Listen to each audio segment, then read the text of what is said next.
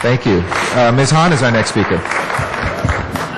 Thank you, Mr. President. Well, certainly I rise to support this great pick by our mayor, Charlie Beck, as our next Chief of Police of Los Angeles. I think it is absolutely the right thing, and I've said that in all my comments, that you're really the right person, I think, now to lead the department, continue the efforts of Chief Bratton, and really want to give a nice shout-out and welcome to your wonderful family. You San Pedro residents, so. Yes, I know. And I know they are extremely proud of you, but it's clear that you're extremely proud of them. Yes, I am. And that is a lot of who you are as a person.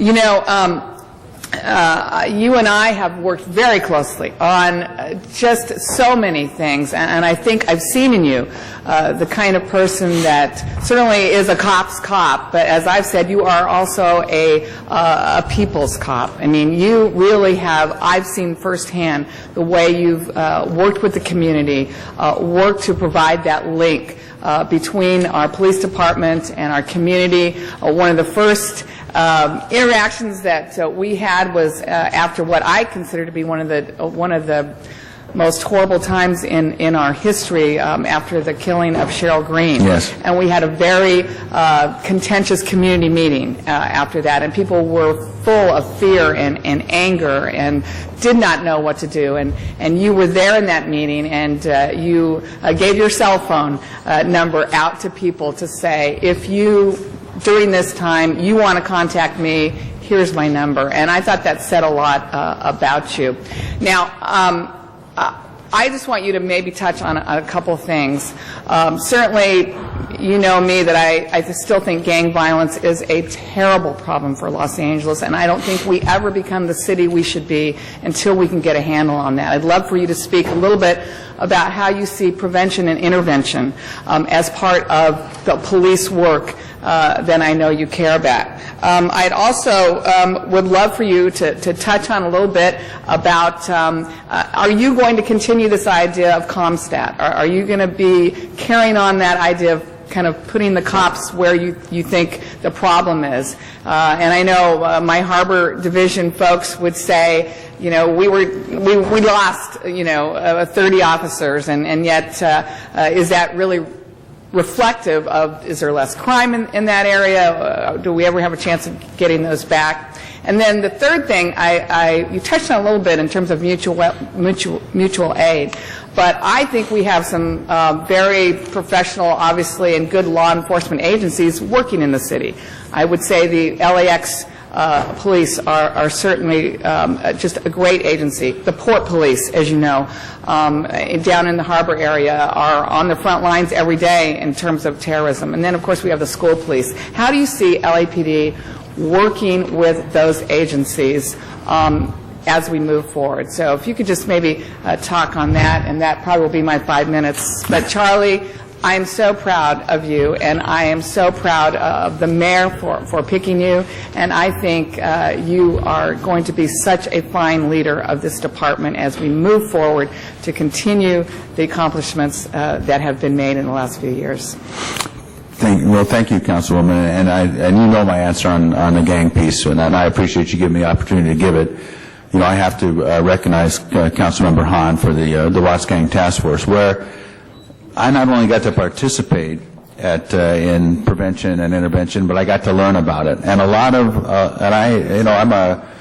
I pride myself on being able to learn as an adult. I think that's really important. And I learned a lot from the Watts Gang Task Force, and I think we learned a lot from each other. And one of the things I learned is that suppression is certainly a part of gang prevention, but it is it's only a piece. That you have to have prevention programs to keep kids out of gangs, that you have to have intervention programs, to not only case-based intervention, and I know that Councilmember Cardenas will talk about this, but you not only have to have case-based prevention, but you have to have real-time peacemakers who stop violence as it stop the potential of violence. So those two pieces are huge. I think that one piece that the city really needs to pay attention to right now is the reentry piece, particularly as we're looking at the specter of so many parolees coming out into the general population because of the state's budget crisis. And if we don't have reentry programs for them, I know some people that do, and we do not want them to go that way. We want them to come to us. So, the four pillars of preventing gang violence, I firmly believe in them. I will continue them. I've had nothing but success using them, and will continue to push those citywide. So that's really important. Yes. Obviously, the one thing that I will profile on that is that the Gang Intervention Academy. We just got the award for our vendor on that. That's going to be huge. Yeah. Not only from the intervention side, but also from the law enforcement side. This is about creating a bridge between the two, and so that we can get to the location we want to get to. So that's a really big piece. So I'll highlight that. Working with other entities, obviously Port Police. Ron and I are good friends. We will continue to work together. The school police going through transition right now, so we will help them with that. I will be sure to reach out as with the airport police, so that we have a strong bond. It's very important that we build relationships now rather than when we have to build relationships. So you have to get in front of all this, and so I will continue to press those issues. I recognize that it's only through partnership that we can police this city. So it's not only our city partners, but also our county partners. I intend to do a lot more. One of the things you brought up, Cheryl Green, one of our solutions to Cheryl Green was working joint patrols with the Sheriff's Department. And I want to expand that, especially on our borders. I'm a big fan of having one tan and green and one blue officer in the car.